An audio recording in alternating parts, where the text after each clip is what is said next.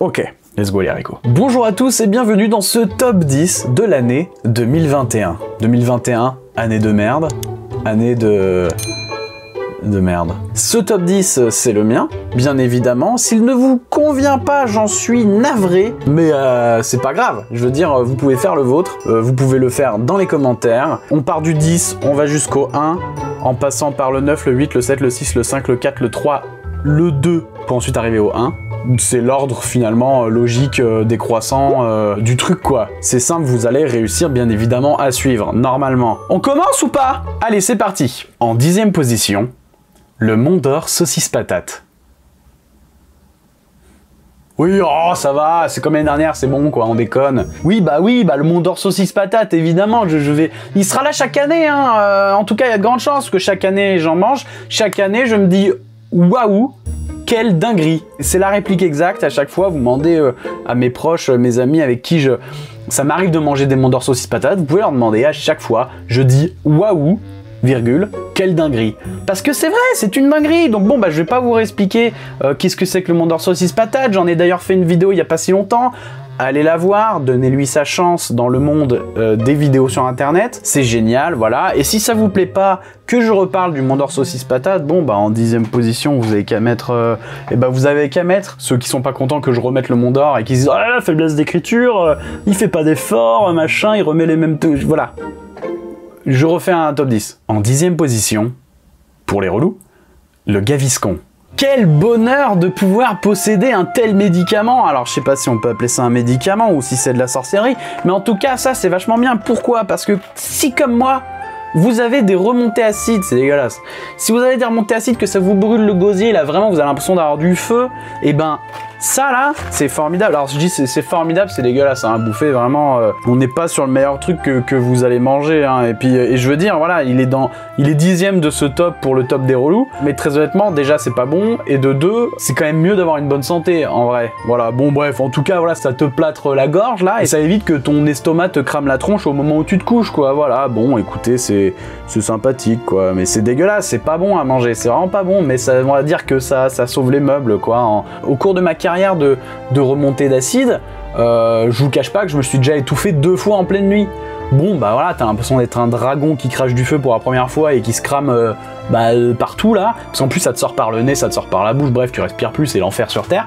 Mais bon bref, en tout cas ça sauve les meubles, c'est pas mal, le Gaviscon, bon voilà, c'est bon, les relous, ils ont eu leur top 10 qui est différent de Mont d'Or saucisse patate, c'est super. On passe au top 9. En 9e position, une gourde de 3,5 litres.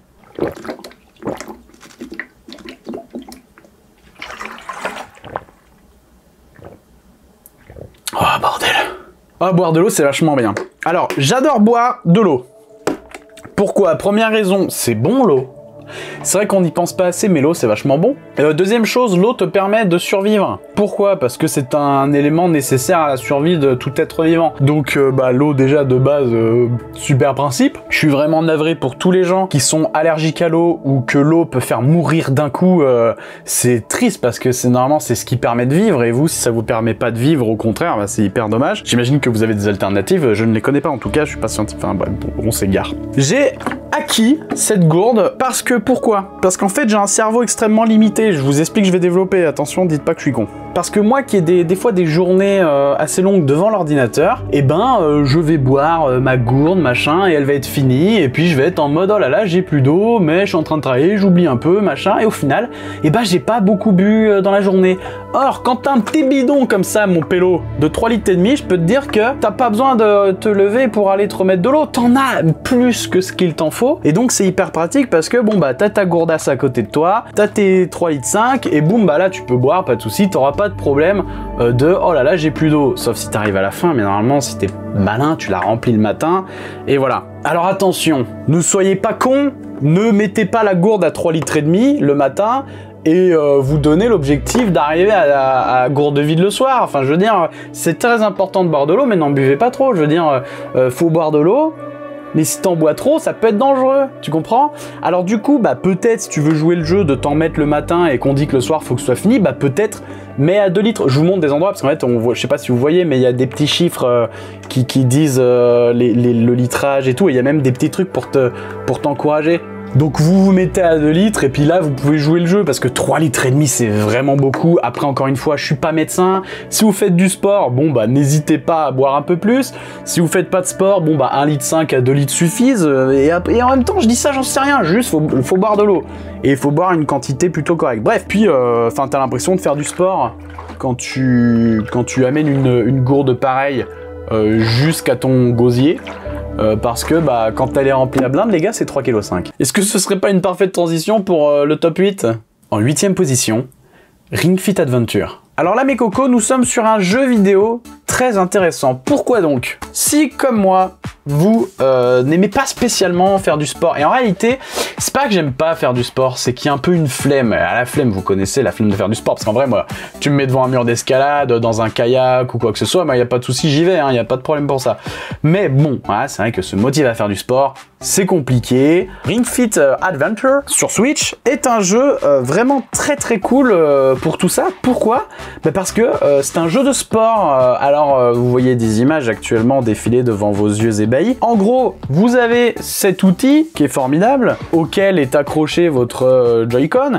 Et bon bah voilà, tu tires, tu tends, et tu as des exercices divers et variés avec cet outil-là.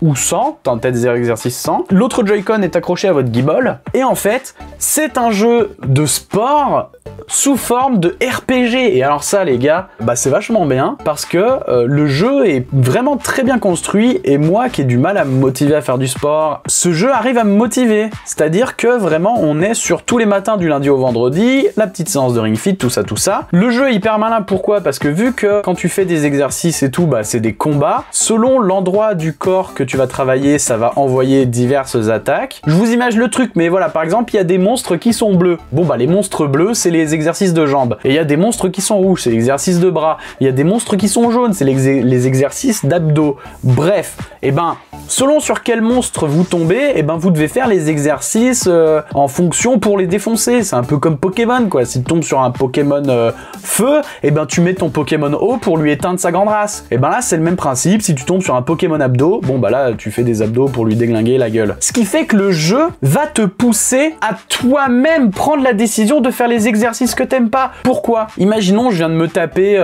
plein de monstres de diverses couleurs et là je tombe face à 5 monstres bleus. Et ben mon attaque la plus puissante pour les monstres bleus et pour en taper 5 d'un coup, et ben c'est les squats. J'aime pas faire des squats, mais en même temps si je fais des squats, je leur déglingue tous leur race en un tour. Alors que si je prends toutes les autres attaques, je vais me taper 3 tours à faire des abdos, des machins, des trucs. Ce qui fait que tu te dis bon bah je vais taper les squats, comme ça je les déglingue tous. Alors qu'à la base tu n'avais pas envie de faire des squats. Tu as compris? C'est-à-dire que le jeu te met à disposition des choses et fait que, moi ce que j'aime c'est que c'est toi qui prends la décision de faire les squats afin de défoncer tous ces connards bleus. Dans ton cerveau, c'est hyper gratifiant de te dire que c'est toi et toi seul qui a pris la décision de faire ça. Parce que t'aurais pu taper des bras pendant je sais pas combien de temps pour leur déglinguer la tronche, mais t'aurais mis 8000 ans et il y a un moment, bah t'as ta journée de travail qui t'attend. Donc ça, je trouve ça plutôt bien fait. Le jeu arrive à te motiver à revenir, à jouer et donc à faire de l'exercice et compagnie. L'histoire est sympathique, sans plus, tu vois. Mais je veux dire, c'est bien construit pour que t'aies envie de le faire. Et en plus, vu que t'as un écran devant toi et que t'as un bonhomme qui court et tout, bah par exemple, t'es dans un niveau et le bonhomme court pour avancer dans ce niveau. Et bah du coup, toi, tu dois courir pour faire courir le bonhomme. Mais vu que t'es en train de mater un... Bah, je sais pas, c'est peut-être mon cerveau à moi qui est complètement piné, hein. Vous me dites si vous, c'est l'inverse. Mais moi, de voir que mon bonhomme avance, machin, j'en oublie le fait que je suis en train de courir. J'ai plus l'impression d'appuyer sur le bouton qui fait courir le bonhomme. Ce qui fait que je ne m'ennuie pas pendant que je fais ce truc-là. Et je m'épuise moins que si j'étais en train de courir dehors. Tu vois ce que je veux dire? C'est-à-dire qu'il y a un truc de... Bah, vu que je vois que ça agit sur l'écran, que ce que je fais sert à quelque chose dans le jeu, bah, je sais pas, moi, j'ai l'impression que ça me motive, que ça m'aide à avancer et que ce jeu me donne les outils dont mon cerveau de gamer a besoin pour me mettre au sport. Si bien que j'ai perdu 8 kilos en quelques semaines en faisant ce jeu, ce qui est complètement fou, parce que moi qui suis quand même un petit peu gros, on va pas se le mentir, et qui me sens pas hyper bien dans mon corps, bon bah voilà, j'ai trouvé enfin la solution pour perdre du poids et pour petit à petit fitter, retrouver ma taille en V que j'avais quand j'étais fromager, vous avez compris, parce que j'étais stock et j'étais beau gosse à cette époque-là, t'inquiète. Hein. Et puis du coup, bon bah voilà, qu'est-ce qui s'est passé? Bah j'ai chopé le Covid en avril, bon bah ça m'a niqué mon rythme, bon bah j'ai jamais réussi à le reprendre, et bon bah nous voilà à la fin de l'année, bon, bah, ça fait plusieurs mois que j'ai pas fait de Ring Fit, j'ai repris mes 8 kilos, et puis, bah, je l'ai dans le cul, quoi. Donc, il y a un moment, il va falloir se remotiver, enfin, voilà, pour s'y remettre, quoi. Parce que, bah, là, c'est un petit peu, j'ai un petit peu le seum, quoi. Ouais, bah, j'ai le seum. Oui, j'ai le seum, parce que, bah, j'étais hyper bien parti, et le Covid, bah, ça m'a flingué dans mon élan, voilà. Bon, bah, j'ai le seum. Oui, j'ai le seum. Mais je vais m'y remettre, d'accord? Et on se dit que peut-être dans mon top 10 de l'année 2022, peut-être que je serai comme ça. On verra. Toujours debout, toujours la banane, toujours le sourire. On reprend le sport et on va aller reperdre ces 8 kilos et perdre bah, tout le reste qu'il y a à perdre parce que les gars, il y a la dose, hein, faut qu'on en enlève là. Là, il y a des packs de lait à virer, quoi. Et si on passait au top 7? En 7ème position, Nerdforge.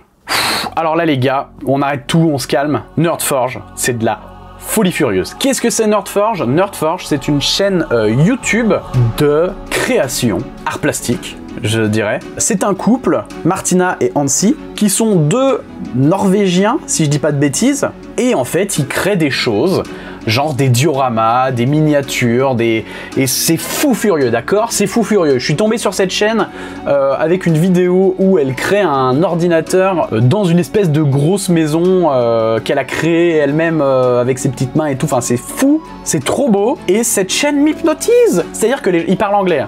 Voilà, je parle pas anglais, je ne pige rien, mais ça me transporte. Je passe des heures de ma life devant leurs vidéos, je les re-regarde plusieurs fois même, et j'ai même envie de créer des dioramas, les gars. J'ai envie de faire de créer des petits trucs comme ça, comme eux. Enfin, c'est fou, quoi. Je veux dire, c'est trop beau, ouais, c'est hypnotisant. Bon, bah voilà, 2021, c'est une année de merde, le bonheur n'existe plus. Nerdforge, c'est un des trucs qui m'a le plus apaisé ces dernières semaines, vraiment. Être devant leurs vidéos, ça m'a, je sais pas, j'ai l'impression d'avoir quitté ce monde dégueulasse et merdique, et que vraiment ça m'a, d'avoir vraiment trouvé une sérénité. On a l'impression que le mec qui fume des ouinges, mais pas du tout, hein. Vraiment, juste j'ai regardé des vidéos YouTube. Et enfin c'est trop bien, ça me calme, ça me détend, je suis devant et je suis comme un ouf et un gamin à aller voir créer des trucs de taré. Enfin bref, abonnez-vous à Nerdforge, allez voir Nerdforge, c'est trop cool, enfin vraiment c'est trop bien, et j'ai envie de les adopter, et que ce soit mes animaux totems ou mes animaux de compagnie, mais c'est des humains, et ils ont leur propre volonté, comme tout être vivant sur cette planète. Du coup je peux pas me les approprier, et donc du coup bah, c'est pour ça que je vous les partage, pour que vous puissiez consommer leur contenu comme moi je le consomme, et avoir ce doudou comme ça pour vous réconforter. Nerdforge, je les aime, et si jamais un jour vous voyez cette vidéo, je vous love les gars, je vous love. C'est trop beau ce que vous faites. Voilà, c'est trop joli. Je veux faire des dioramas. En 6ème position, Ratchet & Clank. Est sorti cette année en juin Ratchet & Clank Rift Apart sur PlayStation 5. Alors oui, j'ai la chance d'avoir réussi à me procurer une PS5, et donc du coup j'ai pu choper Ratchet & Clank. La vérité est bien plus sombre. En réalité, j'ai acheté une PS5 pour jouer à Ratchet & Clank et rien d'autre. Je n'ai pas d'autres jeux, d'accord? C'est aussi simple que ça. Bon, en même temps, est-ce qu'il y a d'autres jeux sur la PS5? Je suis un peu médisant, je suis d'accord. J'ai voulu une PS5 juste pour jouer à ce jeu. Pourquoi? Parce que Ratchet & Clank, c'est toute mon enfance, d'accord? Je les ai poncés. Et je crois que c'était un de mes jeux préférés de tous les temps quand j'étais jeune. Dès qu'il y a un nouveau Ratchet & Clank, ça me rend complètement barjot. Il me le faut, il faut que je le fasse. Et là, Rift Apart, bah, c'est une dinguerie intergalactique. Bah, globalement, tous les Ratchet & Clank, c'est ça, hein, c'est des mises en scène de fou, des scénarios généralement très cool, des musiques de dingue. Et celui-là, c'est encore plus le cas, quoi. La mise en scène est folle furieuse, les musiques sont tellement magnifiques et merveilleuses. C'est trop bien, c'est trop bien, c'est trop bien. Qu'est-ce que je vous dise de plus? Faites Ratchet & Clank, quoi. Voilà, amusez-vous. Je veux dire, faut jouer dans la vie. J'ai passé un bête de moment devant ce jeu. J'adore. Voilà, je l'ai poncé, je l'ai platiné, j'ai tout fini à 100%. D'accord? J'ai tout. Ce jeu est génial. En plus, c'est trop cool parce que dedans, il y a Brigitte Lecordier qui fait plusieurs voix. On en a parlé dans l'émission des actrices qu'on a fait ensemble. Et c'est trop bien, c'est trop drôle de l'entendre parce qu'en plus, on l'entend dans un registre un peu différent de là où on l'a entendu. C'est-à-dire qu'elle ne fait pas forcément un enfant. Là, elle fait toute une famille de robots, à savoir la famille Zurkon. Et bref, c'est trop bien. Moi, j'avais découvert Ratchet & Clank Clank avec les premiers sur PlayStation 2. Et du coup, je me suis procuré Ratchet & Clank Trilogy, dans lequel il y a Ratchet & Clank 1, 2 et 3. Et c'est une dinguerie, c'est une dinguerie. Surtout que dans le 3, il y avait un mode multijoueur complètement fou. Tu pouvais jouer à 4. J'y ai passé des heures avec mes potes à la cambrousse quand on était petit. Quand on était petit ou quand on était adolescent. Bah, de toute façon, quand t'es adolescent, t'es petit. Avec notamment Théodore et Benoît, je vous big up, les potos. Voilà, ça, on l'a poncé, quoi. On l'a poncé, on a passé des heures sur le mode multijoueur de Ratchet & Clank 3. Fou furieux. Voilà, ça, c'est fou furieux. Ça coûte une blinde aujourd'hui, d'accord. Je me suis arraché une couille pour me l'acheter. Mais je l'ai. Je suis content. Mon compte en banque moins, mais bon. Si vous êtes passé à côté de Ratchet & Clank et que ça vous tente, c'est vachement bien. En 5e position, Cowboy Bebop. Cette année est sortie sur Netflix une série live action de Cowboy Bebop. C'est merveilleux. Non, pas du tout. J'ai pas regardé parce que je m'en fous. Il paraît que c'est en plus nul à yesh. Je me ferai potentiellement mon avis plus tard. En attendant, pour le moment, j'ai d'autres choses à faire. Mais c'est l'occasion de vous parler de Cowboy Bebop, la série originale, quoi. Parce qu'il y a un truc qui est quand même merveilleux, c'est que quand quelqu'un prend une œuvre que vous chérissez profondément et qu'il en fait un remake, un reboot, une suite, un truc, peu importe, qui est nul à chier, bah ce qui est génial, c'est que ça n'efface pas l'œuvre originale. Je sais pas si vous le saviez, mais par exemple, Star Wars 7, Star Wars 8, Star Wars 9, ça n'a pas effacé Star Wars 4, 5, 6. C'est ouf ou pas? Matrix 4, chef-d'œuvre, n'a pas effacé Matrix 1, 2, 3. Spider-Man No Way Home, cette bouse, n'a pas effacé Spider-Man avec Tobey Maguire ou autre. C'est incroyable, vous le saviez ou pas? Vu comme vous énervez, je pense que vous le saviez pas. Je m'attire des problèmes, moi. Non, mais voilà, c'est merveilleux, c'est que, bon, bah voilà, Cowboy Bebop, live action, machin, nanana. Peut-être que ça massacre ou non, Cowboy Bebop, j'en sais rien, j'ai pas vu. En attendant, Cowboy Bebop, ça existe toujours. Hop là! Et c'est merveilleux. Il faut que vous voyez Cowboy Bebop parce que c'est une des meilleures séries d'animation. On est sur du space opéra complètement dingue, sous fond de jazz. Enfin, en termes de mise en scène, en termes d'écriture, en termes de musique, c'est une dinguerie ce machin. Et je suis content parce que ce coffret que vous voyez dans ma main, je crois que je l'ai commandé 5 ou 6 fois dans ma carrière de commandeur de coffret Cowboy Bebop. Et il coûtait une blinde, genre 100 balles, d'accord? Je l'ai commandé à plein d'endroits. À chaque fois, au bout de 3-4 semaines, je reçois un mail en mode alors en fait, on n'en a plus, du coup, on a annulé votre commande, on n'arrive pas à se fournir. Et un jour, un beau jour, animé... J'ai plus le nom du site, mais il y a un site, voilà, Anime Store, peut-être Anime Store, a remis des coffrets de Cowboy Bebop en Blu-ray pour la modique somme de 50 boules. Et 50 boules pour une œuvre pareille, sachant ce qu'il y a dedans, hein, parce que je veux dire qu'on a les Blu-ray là, là qu'est-ce qu'on a de beau? Il y a plein de bonus là-dedans, il y a des cartes, il y a des bouquins, il y a des dessins, des trucs, enfin je veux dire, voilà, c'est fou furieux, regardez-moi ça, quoi, il y a plein de dessins, enfin c'est trop bien, c'est une bête d'édition. Cowboy Bebop, c'est 26 épisodes, du coup ça se regarde extrêmement rapidement, d'accord? Et si bien que quand vous arriverez à la fin, vous allez avoir le seum, vous allez en vouloir encore. Vous pourrez en avoir encore, il y a un film qui se situe entre le 22e et le 23e épisode, si je dis pas de bêtises. Enfin bref, en tout cas, c'est une dinguerie, quoi, c'est fou. Et même la fin, enfin c'est fou, Cowboy Bebop. C'est 26 épisodes, c'est un incontournable. Regardez Cowboy Bebop, c'est superbe. Cette année, j'ai réussi à enfin réussir à commander ce putain de coffret Blu-ray. Je vais pouvoir regarder Cowboy Bebop tout le temps en HD quand je veux, même quand c'est pas sur Netflix, et sans le télécharger illégalement. Et ça, c'est super. Cowboy Bebop, je vous le conseille, c'est lunaire tellement c'est une dinguerie ce truc. Regardez Cowboy Bebop, c'est fou. En 4e position, être heureux. Cette année a été tellement faible en termes de bonheur, les moments heureux ont été tellement peu nombreux qu'ils méritent d'être dans ce top. Parce que quand même, être heureux, c'est vachement bien. Voilà, cette année, être heureux, ça a été compliqué, je pense, pour beaucoup de monde, et en tout cas pour moi, ça a été le cas. J'ai vraiment l'impression d'avoir passé une année où tout prenait feu et où tout a littéralement pris feu. C'était vraiment de la merde cette année, vraiment, l'année dernière, c'était déjà pas ouf, cette année, c'était vraiment de la purge. Il est clair que c'est extrêmement dur d'être heureux, et pour cette nouvelle année, je vais vous demander quelque chose d'extrêmement difficile. S'il vous plaît, soyez heureux. Accrochez-vous à fond aux choses positives et ne laissez pas le négatif gâcher vos vies car elles sont extrêmement précieuses et ne méritent pas que vous vous concentriez sur le négatif. Ne chopez que le positif. Je sais que c'est facile à dire, moi-même je galère ma grande race, mais je pense que on peut y arriver, d'accord? Ne vous mettez pas dans des conflits inutiles, ne parlez pas sans réfléchir et communiquez avec les gens. C'est important. Ne perdez jamais la conscience qu'il y a un monde qui vous entoure avec d'autres vies extrêmement importantes comme la vôtre. Dites aux gens que vous aimez, que vous les aimez, et dites aux gens que vous détestez. Ne leur dites rien, d'accord? Ça n'est pas important. Ne nous surchargeons pas de choses négatives et merdiques alors que tout est déjà si lourd à porter. Je pense que c'est peut-être cool de se concentrer sur le positif et c'est tellement dur, mais on va y arriver. Et on dit que le futur ne sera que plus heureux. Voilà, je sais pas quoi dire de plus sur ça. Soyez heureux. Tellement dur d'être heureux. Soyez heureux, quel conseil de merde. C'est dur d'être heureux, gars. T'arrives même pas à l'être.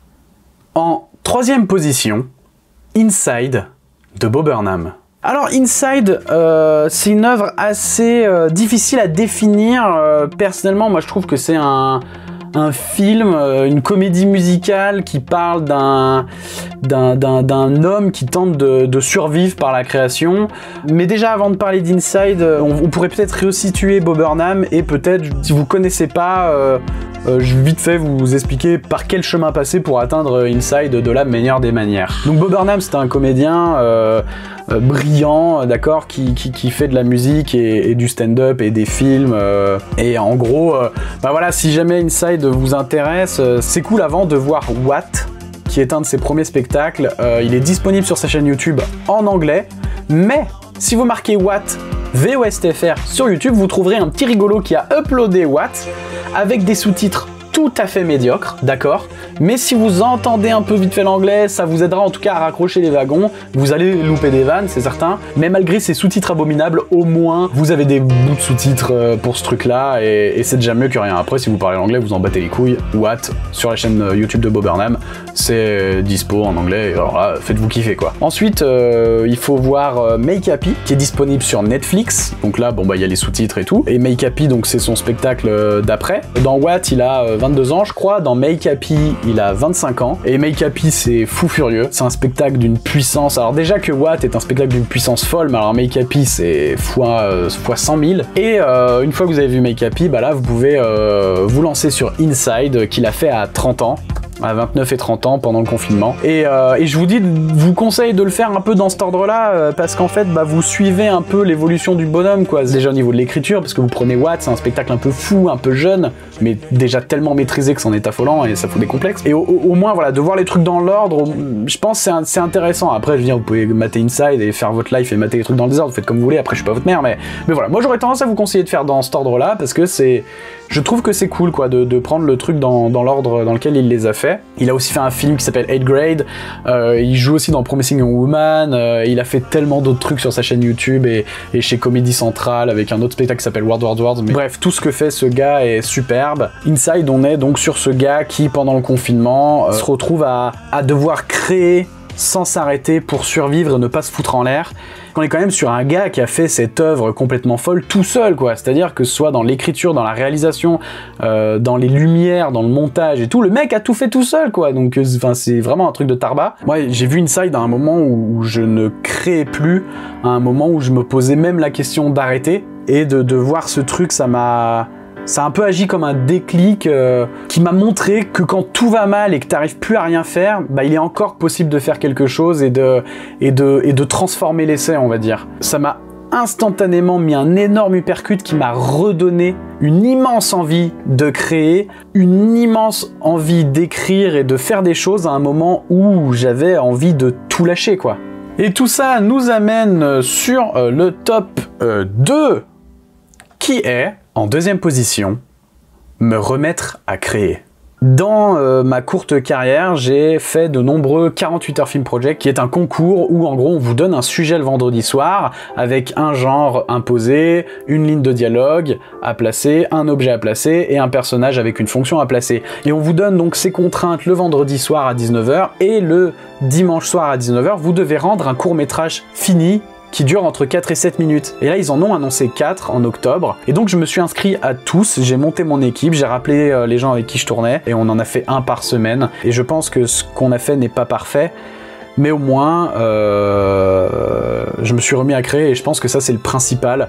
Et ça m'a fait un bien de fou, parce que je me rends compte à quel point être en tournage me rend heureux.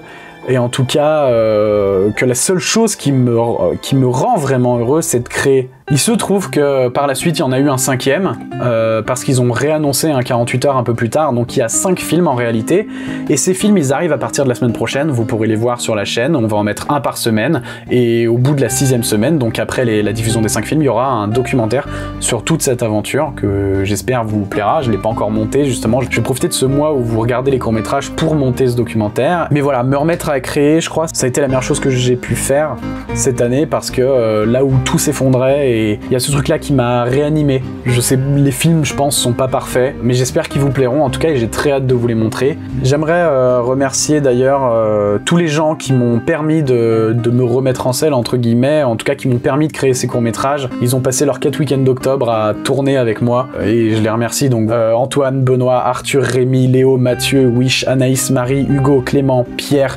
Ted, Benoît, Rob, Paul, Mathieu, Jonathan, Mehdi, Brigitte, Thomas, Chinsa, Lorena, Eric, June, Charles, Vianney, et j'espère avoir oublié personne. Merci d'avoir permis de près ou de loin à ce que ces choses dans ma tête puissent prendre forme. Voilà, merci à vous, parce que sans vous, tout ça n'existerait pas. Ce que vous m'offrez, j'espère pouvoir vous le rendre un jour. Merci d'être là, et merci de m'avoir aidé à créer tout ça. Donc à partir de la semaine prochaine, les 48 heures, et let's go les haricots. Voilà, il y en aura 5, et après le documentaire, et après, on verra ce qui se passera sur la chaîne, quoi. Allez, zou, la première position. En première position, mes cheveux. Qu'est-ce qui m'a pris ?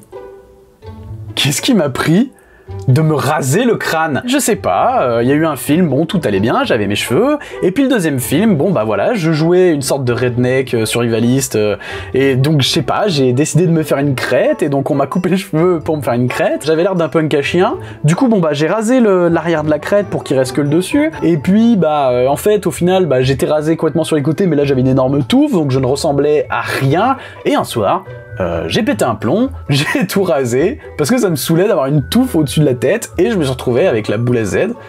Qu'est-ce qui m'a pris? Pourquoi? Je me suis enlevé moi-même 80% de charisme. J'ai des cheveux, j'ai la chance d'en avoir, peut-être respectons ça.